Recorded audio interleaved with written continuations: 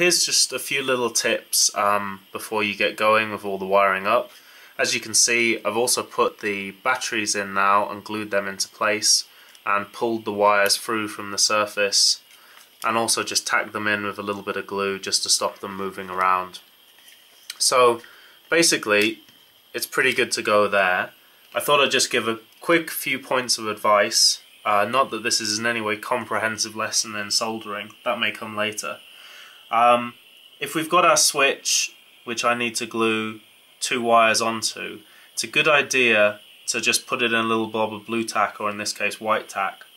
And then as your soldering iron's getting hot, the trick is not to put solder onto the tip and then onto the component. That isn't particularly good. Just clean that.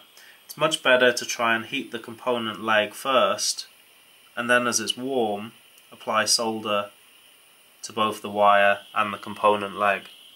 So if we do that again, there we go.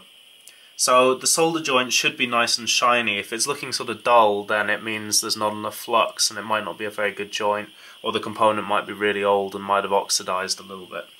So again, another tip is if you're joining 2 wires together, I've twisted these together, and same again, try and heat the wire first and apply the solder to the hot wire. And we don't need very much, and again, use extraction if you can.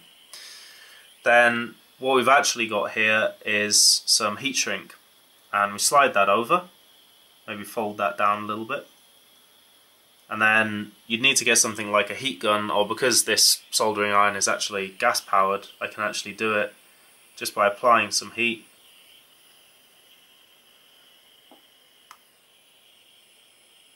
And you can see how the red plastic is shrinking around it. And again, these come in various sizes, so it's a good idea to use the right one for your needs. This might actually be a little bit too big, but it's absolutely fine. So again, you'll find that that just stops you getting any short circuits inside when you start wiring up. So as you can imagine, we can take our little switch now and we can poke it through the back of the solder buddy.